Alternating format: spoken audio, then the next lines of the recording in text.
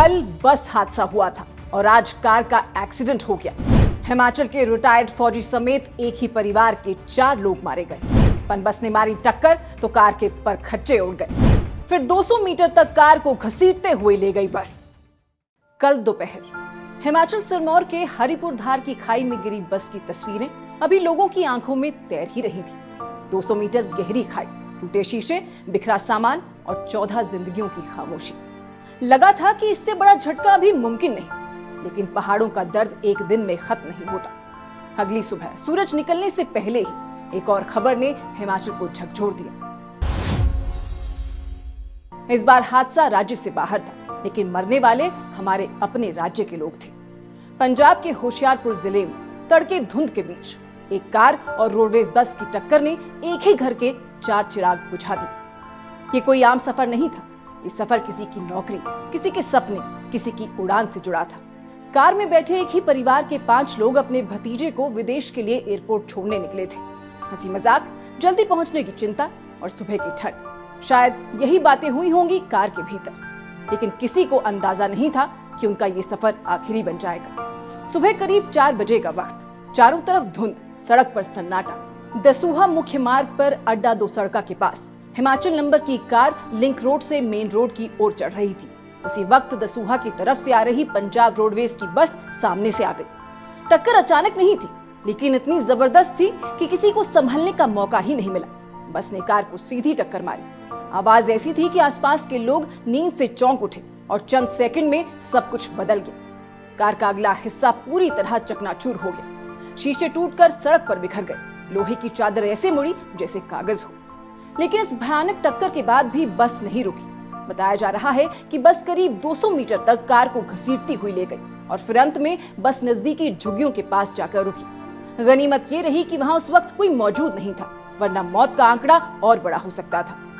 वहीं हादसे के बाद जब लोगों को आवाजें सुनाई दी तो आसपास के लोग दौड़ते हुए मौके पर पहुंचे। पुलिस को सूचना दी गई और जब तक वहां मदद पहुंची, कार में बैठे 4 लोग दम तोड़ चुके थे। कार में कुल 5 लोग सवार थे। 4 की मौके पर ही मौत हो गई। 5वां युवक गंभीर हालत में था।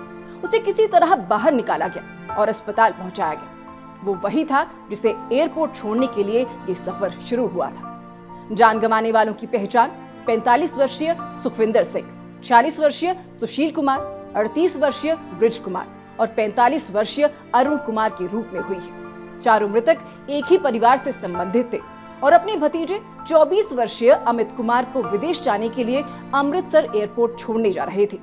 मरने वाले सभी हिमाचल प्रदेश के ऊना जिले के गगरेट क्षेत्र के चलेत गांव के रहने वाले थे।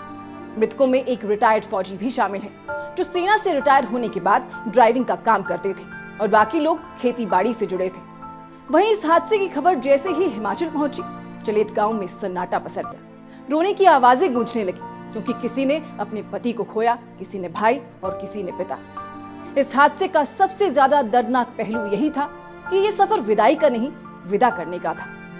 परिवार ने जिस युवक को बेहतर भविष्य की उम्मीद के साथ विदेश भेजने की तैयारी की थी, वही युवक अब अस्पताल के बेड पर जिंदगी और मौत के बीच झूल रहा है। और परिवार के जिन 4 लोगों ने उसे हौसला दिया था, वे हमेशा के लिए खामोश हो गए।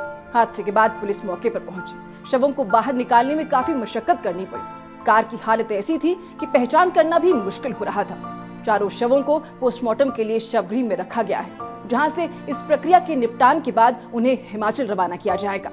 बाकी पुलिस ने बस चालक से पूछताछ शुरू की है। हादसे की असली वजह क्या थी?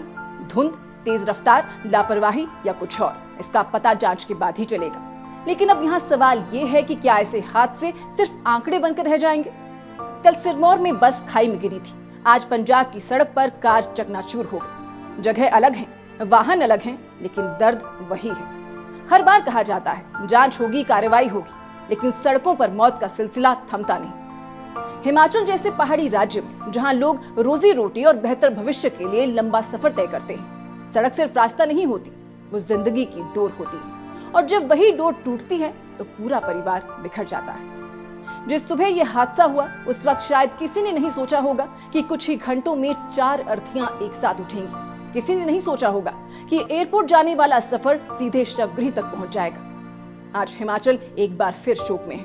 कल बस हादसे के जख्म अभी भरे भी नहीं थे, कि आज कार हादसे ने उन्हें और गहरा कर दिया। मारे गए लोगों के परिवार के प्रति अपनी संवेदना व्यक्त करते हुए मैं इस रिपोर्ट को यहीं समाप्त करना चाहूंगी। अभी फिलहाल के लिए बस इतना ही। नमस्कार।